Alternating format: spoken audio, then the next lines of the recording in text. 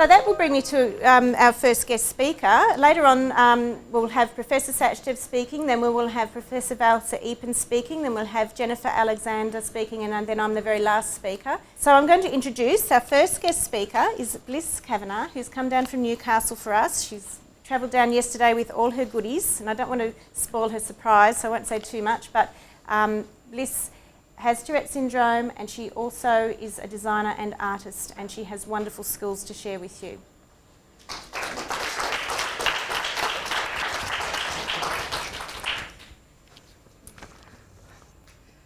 I experience an extraordinary paradox when deep in the act of creativity.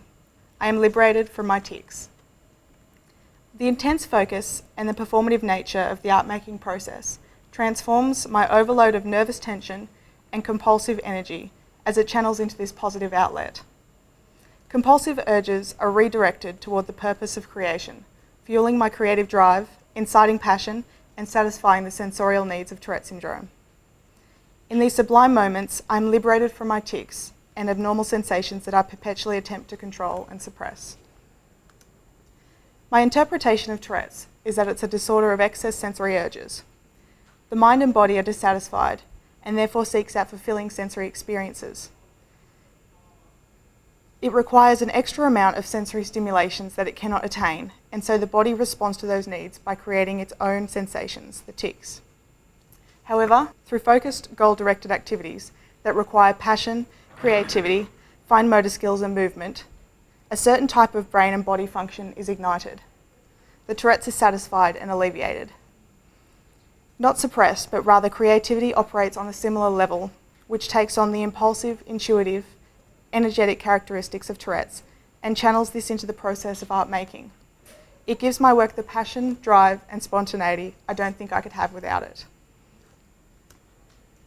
I came to terms with having Tourette's during my Fine Art Honours year at the University of Newcastle in 2012. I knew I wanted to create an experiential artwork for my project, with a focus on the abstract and what made me happy. I embarked on a creative journey that transformed more than just my art practice. Through my art making, I was able to come to terms with the disorder, and I let go of many fears and anxieties that were holding me back. Through my research, I discovered the therapeutic potential of multisensory environments, and I was fascinated and amazed when I realised I had been creating my own sensory space since being a child. I was self-medicating with my collection of colourful mood lights, music, and scented candles, which enabled me to relax and feel comforted. These revelations enabled me to see the potential I had to create my own personal sensory art environment that would help alleviate my symptoms of Tourette's. The hardest part was deciding to reveal my secret, as at this time I had not shared it with anyone. But after revelations, research, and soul-searching, I decided it was worth it for my art. Once I had started discovering all these links between my personality, creativity, and Tourette's, how could I not begin to see it in a more positive light? I felt I could finally justify my art, which was a wonderfully grounding feeling. My honours project, entitled Sensory Overload, was a personal investigation into the connection between my Tourette's and my art. My thesis explored the phenomenon of creativity alleviating my tics. The final installation resulted in the creation of a personal sensory art environment that alleviated my symptoms of Tourette's whilst I was immersed within the room. My artworks are an indulgence of the senses. I blacked out the room to allow for the illuminative effects of my light sculptures to have full effect, altering the ambience of the room significantly. This created feelings of warmth, happiness, and relaxation. The dimmed lighting resulted in less facial and eye tics. It formed a type of paradise room, transporting me into a completely different mindset and abstract space, far from reality. The forms my sculptures take focus on the organic elements of line and shape with a reference to nature and flower gardens.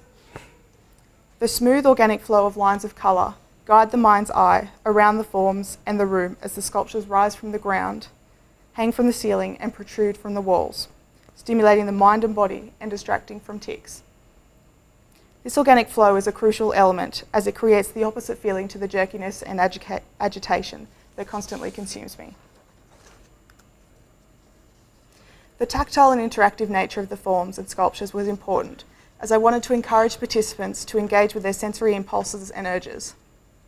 This helps satisfy my sometimes compulsive need to touch objects and textures in order to feel what I can see, adding greater sensory information to the experience of the object. The materials I work with include clay, which in its raw, unfired state I find extremely therapeutic. Its smooth and organic construct stimulates and satisfies my hands through the direct sense of touch and connection with the creation. I created large and small-scale organic flower forms and painted on the clay with bright acrylics, sealed with a gloss finish.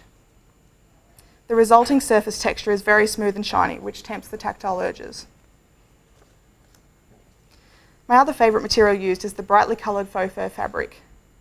As a tactile and visual contrast, I made soft sculptures using the fabric, feathers and pom-poms. Coloured light is used throughout the works as it illuminates the soft, warm texture of the fur and highlights and reflects off the surface of the ceramic sculptures. To deepen the experience of the space, I lay a soft and squishy flooring and invited people to walk barefoot if they chose to further connect with the abstract realm of the work. Smell was an important sense in the therapeutic nature of the room.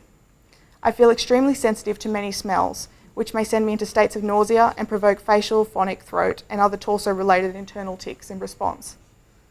I used a type of aromatherapy diffuser to send a lightly intoxicating aroma, which stimulated the mind and body further towards relaxation, strengthening the influence of my constructed ambience. Music also played an important role for the room's potential to encapsulate and stimulate the senses into states of happiness and freedom. I played a lightly toned, mostly instrumental music piece, which enhanced positive states and created a warm sense of safety. The sound stimulated the mind and influenced emotion and the atmosphere of the room, blocking out unwanted thoughts and stress, creating a calm mindset resulting in less tic sensations and compulsions. I have always found that I cannot work, create art or drive without music to help distract my need to tic. Interestingly, this distraction increases my ability to focus and relax. This reflects the need for the overstimulation of the senses in my room, sensory overload, which effectively channels the Tourette sensory-seeking urges that result in tics. I am liberated from my tics because my senses are satisfied. Throughout my life, since diagnosed with Tourette's at the age of 9, I trialled many different medications and therapies with no manageable results. During these times, my art and self suffered a lack of inspiration, intuition and drive. Only a few years ago, I surrendered to fixing the idea of myself, and only through my honours year I began to accept the disorder as a part of me. I started to become more positive and see my strengths and weaknesses, developing work that used these to my advantage. I also recognised the power my work held in inducing calm and positive emotions in myself, both in the end result and more importantly in the process of art making. Before the honours year, I always felt my art was worthless, and I constantly struggled to define conceptual value. Most of my work began without purpose, but exercised spontaneity and intuition through the actual process of creating, but left me unable to justify meaning.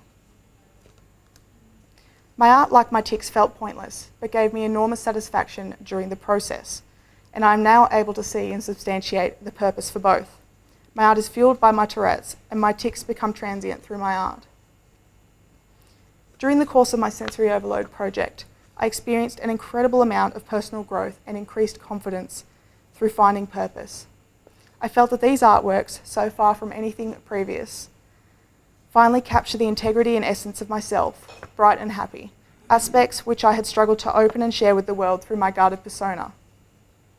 My life has been a constant suppression of tics and consequently of my personality. Now that my art has broken through this barrier, I feel that I have also liberated myself. I had always used my artist identity as a mask, which legitimised my quiet, suppressed personality through art's acceptance as a lone activity. My honours project enabled me to take my artist self and use this newfound strength and purpose to powerfully communicate my innermost secret to the world. The success of my honours project established my own unique creative business, Studio Bliss Designs. As an artist developing sensory environments, products, furniture and lights, I found that my work appealed to everyone, even in a retail sense. I opened a shop studio gallery space in Newcastle's Hunter Street Mall through the Renew Newcastle initiative. The program activates otherwise empty spaces with people and projects to help revitalise the Newcastle CBD. Over the last year or so, I've taken on various creative commissions and projects from running my business. I was commissioned to design, create and install the Rave Lounge for the 2013 Possible Ideas Disability Expo, held at the Newcastle Entertainment Centre. It was the largest disabilities expo held in Australia.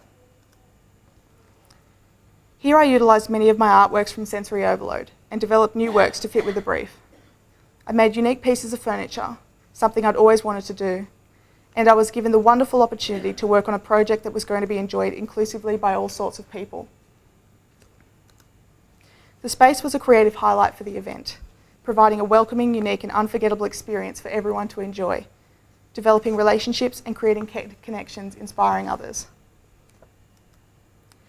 The Rave Lounge played host to many inspirational speakers from all aspects of life with a connection to disability.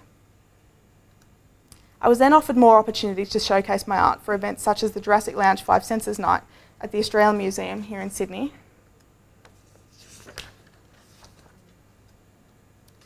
One very rewarding project I worked on was the Sensory Tree for Tantrum Theatre's Creating the Self program.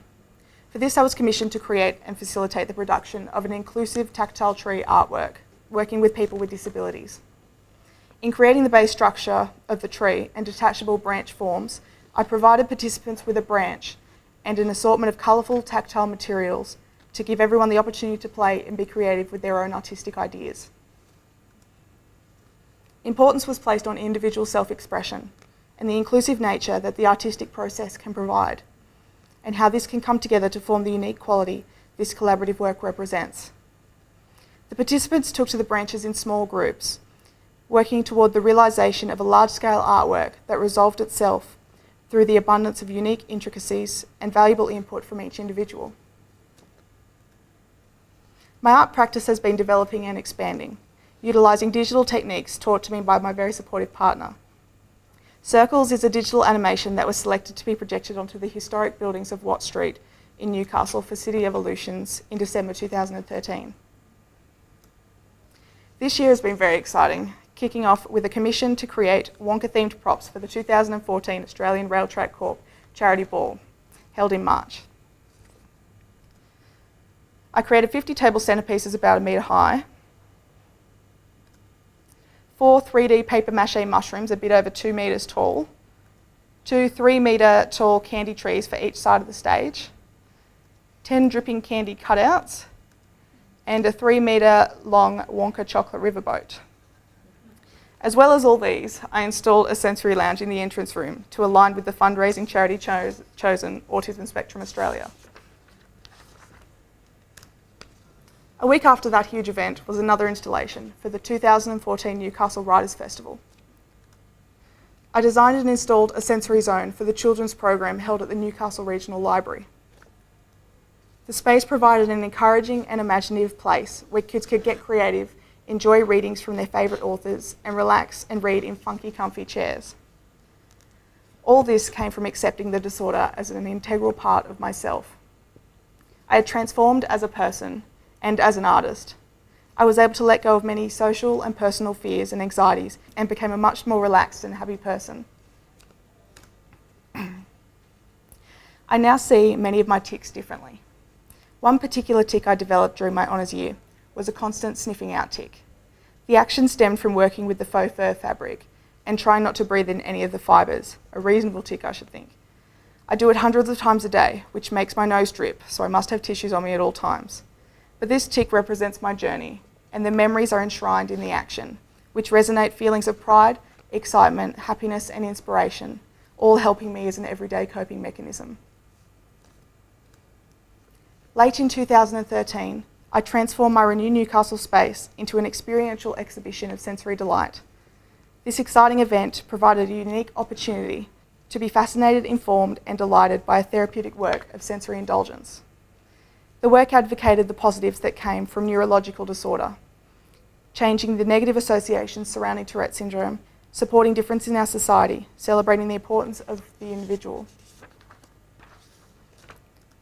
Sensory Delight aimed to bring art and experience to new light, focusing on creating a multi-sensory environment that welcomed all participants to connect and experience the remarkable therapeutic benefits of this alternative space. Although sometimes we cannot change a person, we can change our environment, so why shouldn't we? By exposing the community to my preferred alternative world, I'd hoped to inspire the social change needed to place greater importance on difference and empower individual choice in our living, learning and healing environments. Everyone deserves to experience life to its full potential. For those whose altered sensory processing inhibits them from doing so, the opportunity to experience an altered environment that speaks to their sensory needs is essential in enhancing quality of life. Having a creative outlet has the ability to transform the quality of life experienced in a rich, fulfilling and unique way, offering greater well-being and connection to the world. My sculptures capture this sense of a forbidden mounting in attention and express the emotional relief as they compulsively burst with colour, light and texture.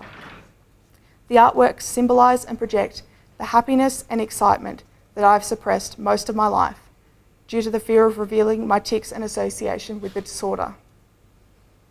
In the sudden overstimulating presence of the sculptures, my experience is embodied through transforming the dark space of solitude into a whimsical atmosphere of sensory delight, hidden and unsuspecting until you enter the room. The space represents my acceptance of the disorder as an integral source of my creativity, and in sharing this experience with others, I'm accepting it as an essential part of myself. Together, as my mind understands, accepts, and powers my brain and body, fueling each other to create works that express and channel the overwhelming tension and energy and compulsive tic urges, releasing these compulsions to transform into a fantastical, positive experience. Art is my necessity. My artworks and processes are my medications. Although temporary, they transform my affliction into an attribute, the source of my passion and creative drive, providing me with a purpose, gratification, and a liberation beyond anything I thought possible, which has profoundly enriched my life. I now see having Tourette's as something I would not wish to live without. Thank you.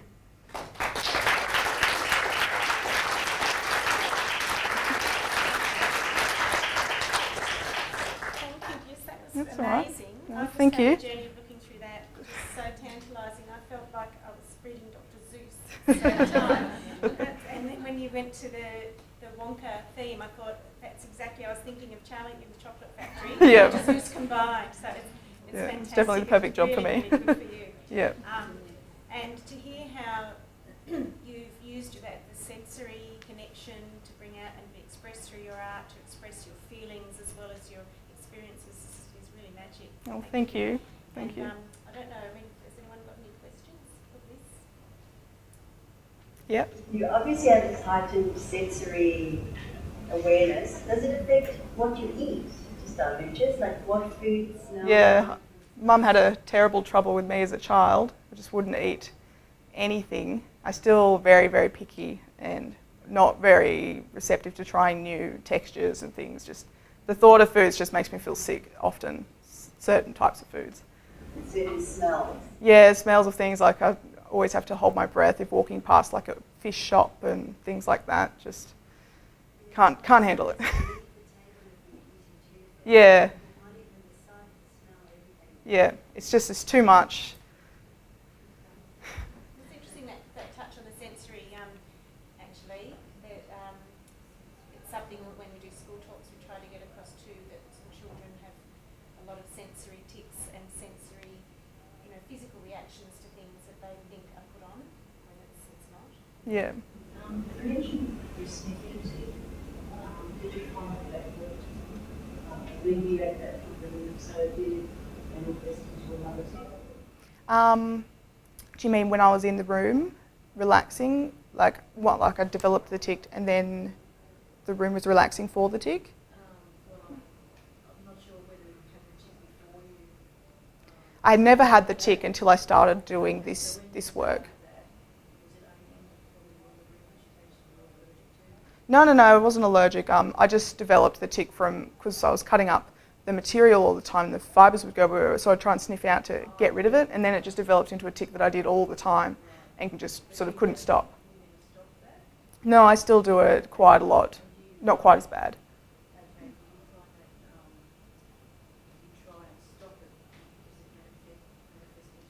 Yeah, it's sort of now transformed into more of a blowing out through my nose, but with my throat closed, which kind of makes a noise. So slightly different, but transformed into a different tic. Yeah. Yeah. It's very hard when I find it really hard when it's a facial tic because you can do it so quickly and easily, and it sort of happens much faster than it's easier. I don't know. Do you realise that you're doing it? Yes. Yeah. Yeah. I sort of often when I'm walking up the stairwell to get home, I sort of do it like on each step when I'm doing it. So, yeah, I'm very aware that I'm doing it. I actually just have to say thank you for putting that so beautifully. Oh, thank you. I've got two boys, both actually have autism, and the older one has Tourette's as well.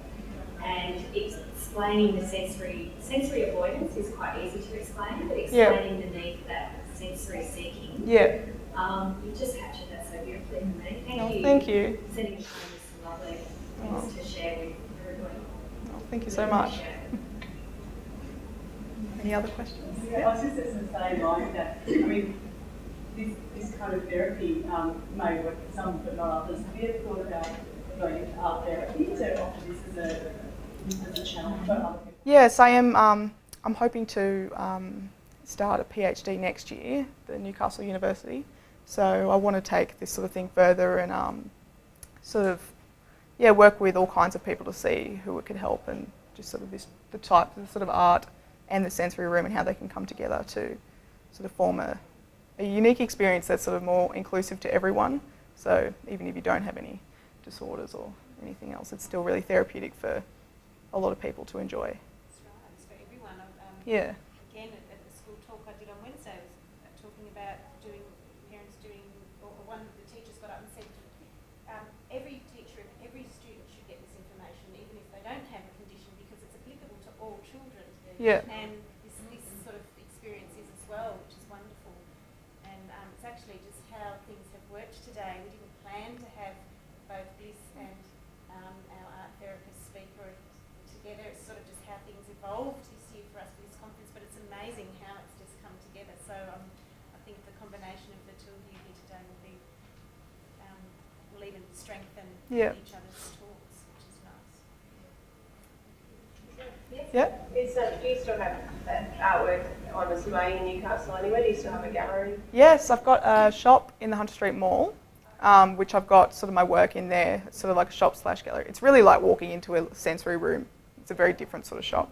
I've also got an exhibition on the Inner City Winemakers Gallery until the 26th of May. So that's in Wickham. Oh, okay. Well, you definitely have to pop into the shop. Yeah. Yeah. Or just come and live there. I'm just interested, you said you were diagnosed at 9, but you basically kept it a secret Yes. pretty much until you went to university. How did you manage that, or how did you explain? I just became I'm very good at hiding it in front of people, or I also just withdrew a lot and didn't really make any friends and just didn't really participate in any sort of social engagements or things like that. So yeah, it wasn't until the honours when I wanted to make art like this and finally sort of realised why I was making art like this, that I sort of felt I had to tell people, and which once I finally decided to do that, it sort of made everything come together and just sort of worked, and it's just taken me on this journey. So. And how did you find it when obviously people are older and hopefully a bit more mature than high school kids might be, but how did you find people responded? Well, people responded much better than I thought. Most people say, oh, you don't look like you have Tourette's, and, things like that. And I was like, well, I don't know what to say. But yeah, it was really nice because a friend that I'd made, he then told me that he had obsessive compulsive disorder. So we were able to share sort of a lot of experiences and things and laugh about things that I never thought I'd ever laugh about. So sort of made people sort of talk more about these types of things, and yeah, just sort of opened the discussion and made everyone feel a lot more comfortable and created much better friends than I ever had. Yeah. You said you tried lots of medications that didn't really work. Did you do cognitive behavioural therapy as a child? No, I didn't. it wasn't, the people that I saw when I was a child, they didn't really know what really approach to take. Psychiatrist told my parents to tell me to stop doing it, things like that. So it was just, it was just the worst thing. So I didn't really have the right support that was probably needed then from doctors. Oh, my mum was wonderful. She's very, very supportive. Yep. If you had some advice for us, for our kids to get involved in something without trying to push them away from it at the same time, what would you suggest? I'd probably definitely like sort of find watch and learn from the things that they love to do, and don't be afraid to push them to do those things, even if they're sort of quiet sort of activities and things. But just probably sort of talk about the positive traits of Tourette's, and because I feel like I'm a very productive person and sort of very spontaneous with art things, but also very sort of level and grounded with other things. So I just sort of maybe look for the traits that you think would be the positive sides and say, well, you've got this, like these other parts that can help you be really great at something. Yeah. Yep. You obviously seem really productive when it comes to all of creativity. I do work very fast. Right. Yeah. Do you find that that's different to the way you work at school? Did you have troubles doing schoolwork that you're able to? I would have troubles probably more with like exams and tests and things like that, where I was made to be really quiet and in a still room. There's just too much energy wasted on trying to remain in that one spot really quiet and not move or anything. But I did really well in assignments and things like that, where I could work at home in my own environment, in my own room. So that sort of balanced out the grades and things, I think. But yeah, in class I think teachers told my parents that I was quite fidgety and that sort of thing, but I didn't really realise at the time. So I think I was okay. Yep. Did you find it easy to do schoolwork with music in your room? Sorry? Did you find music helped you when you were doing schoolwork? To have this background? Yeah, when I was doing assignments, I always played music in the background.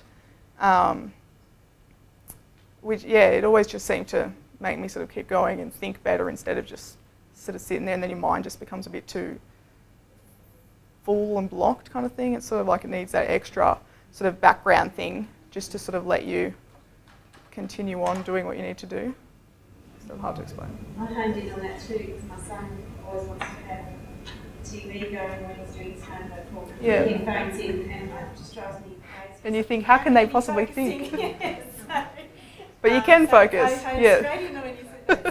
Yeah, it makes a big difference. Yeah. Did you have a time when you were frustrated or angry or disappointed? Yeah, definitely. I went through a lot of depression and anxiety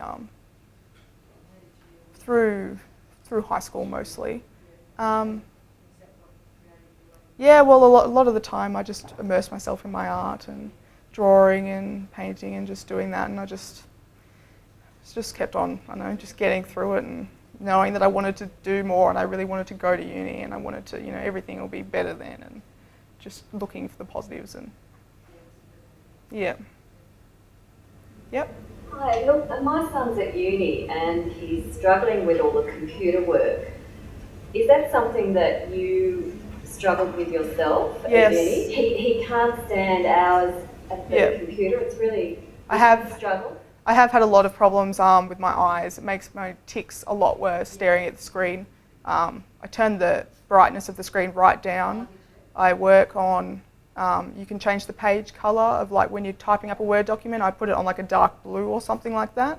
It's just, and it's not too, like, the white and black is too much. Because he has quite bad eye tics and it's like really hard for him, so I'll tell him that. Yeah, because I've had a lot of problems with the eyes, just the pain and the soreness, and you develop so many more eye tics from the tiredness because you just don't blink as much, and the focus is too much. Thank you. That's all right. Yeah. Let's go back to that music point. I just sat through a study skills lecture at school, year 7, and the lecturer was saying that there should be no music. And I'm just coming up to it now where she would like to have music within a room. Was it the 60 beats, or did you just listen to the modern, whatever was on around? Yeah, whatever. So you didn't just stick to what they say, which is the 60 beats is acceptable. I don't know what. I've never heard of that sort of thing. I just play my music. Yeah. Yeah. Just the same as when. Well, everyone's different, and no one's the same. So I suppose what you do is you don't eliminate it. You just give it a go. Yeah. I mean, it's up to them to find the best way that they can to manage. You've got to find what works for your child. I mean, I'm the same with the homework. I just let him do homework now with the TV on, because he actually does it better than trying to make him sit at the table with silence. So Yeah. he just actually completely disengages. So we've on the homework with the TV route, even though everyone says no. No, I always have the noises on in my house, TV and things going whenever I'm doing work, so it definitely makes a big difference. I find if my son doesn't have noise, he just gets loud himself anyway. So, Well, it's sort of like it magnifies all your tics in your mind, and then they just become too much, and you have to do them more, and it becomes much more and distracting. then you can't settle, so then you can't work. And Yeah. It's like you've got to think of the outcome. Yeah. You found it difficult to be here through this time because I haven't noticed any tics at all. Oh, I feel like I've done a million. No, I haven't. I've just done a million little tiny ones that people don't notice very much. As you've gotten older, being able to control that more than anything. Yes, yeah, definitely. I've sort of, instead of doing much bigger, more noticeable tics, I've managed to do many more smaller, quieter, littler ones that are just many more, I think. People don't notice. Yeah. Does that involve a lot of effort though? Do you feel, are you conscious of? I'm conscious of doing it, and sort of suppressing it, but I think because they're smaller and you do more of them, it sort of evens out, like you're still getting enough of them. When you said you diagnosed it now, did you find that you were given opportunities to raise that or not child No. Didn't tell the teachers at school, no. They knew that there was something probably Do you think it would wrong. have made it easier for you if your teachers had known and had some understanding?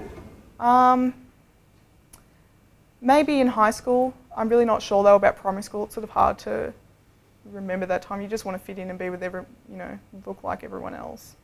I think in high school maybe if I had sort of applied for the special circumstances where you could have done exams and things in separate rooms or done a presentation in front of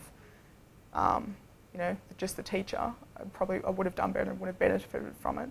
But I don't think at the time I was ready to accept it sort of as a part of me, and it was just something that I was trying to just live with. Yeah. You were saying you tried a few different types of medication. At what point did you realise that you was going to stop this, or your parents decided they were going to stop it? It was I think it was in my first or second year at uni, and it just became too exhausting trying to try the different medications and then deal with the side effects, and I just sort of felt the side effects and having to write lists of all my different tics and whether they were getting worse or better. It just was too much and didn't feel like it was going anywhere, and I just decided that I just wasn't going to do it anymore. And I think once I did that, then it just sort of became better. I was able to sort of know myself better instead of not being sure about the side effects that the medication was giving me, whether they were my tics or whether they were just side effects. It was all just, didn't know my body very well then. Yeah. So you were on medication from the time you were diagnosed up until?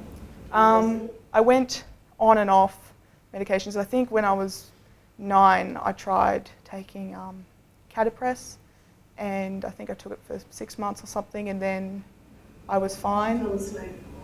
Yeah, so I just would... So we chopped and changed her medication for years until it just got too jumbled. So you just decided to stop? I was just too tired of not being a kid. 23. Yes, definitely. Probably from 13 to 17. Yes, I took antidepressants. Yeah. No, I'm not on anything. I just sort of, the antidepressants seem to just come with the medication for the tics as well. So if I was on those medications, I was on things for the tics. So it was just a big, probably about five years on and off. But I tried many different ones of those too because they affected the tics and things. So. And did you just decide that you were going to go off and you still weren't sure that you were willing to go off? Yeah, I think I just thought they weren't really doing anything. So, and it's that adolescence year, and then you sort of start to grow up more, and it just sort of becomes time. I think once you change from school to uni, and totally different life. Yep. Once you accepted that you had Tourette's, have you found since then that it's actually stopped you from doing anything, or maybe anything different? It's made everything so much better. Like there's no way before, when I hadn't sort of told anyone or accepted, that I would have done a presentation like this. Like this would have been my worst nightmare, but I feel like it's just sort of made me let go of so many sort of anxieties that I was holding, which was just due to holding in the secret and trying not to let anyone know that there was something wrong. But now it's sort of like everyone knows, and people would be more accepting if they saw me do little tics and things. So it's just also made me more relaxed and needing to do less tics as well. No barriers? No barriers. No, definitely has opened up many, many more doors. Yep. Is there an area between 9 and 23 now where the tics were worse? Like in years? Like between 11 and 15, or did it all just seem? I think probably it was worst when I was probably youngest, because I had tics from 6, but it wasn't diagnosed till 9. I think during my primary school years they were the worst because I didn't recognise that I was doing anything wrong. Those sort of pre-monetary urges often aren't recognised by the person until they hit adolescence. And then, so once I started to realise, that's when I sort of started to internalise a lot more, and it would be, to someone else's eye, it would look like they were not as bad.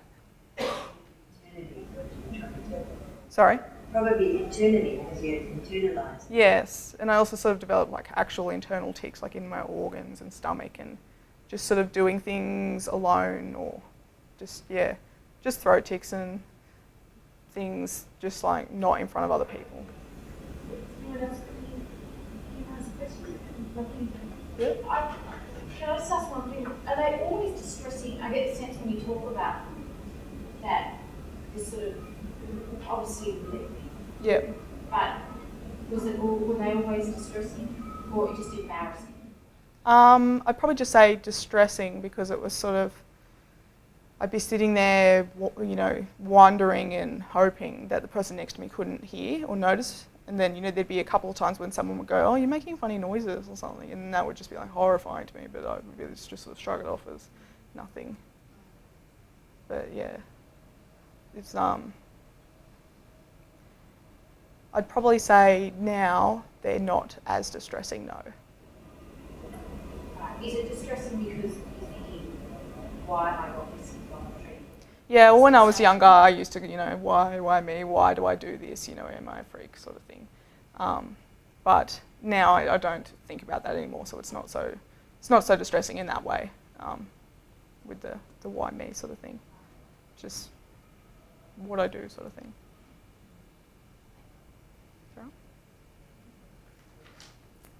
That's all right. That's all right. Thank you.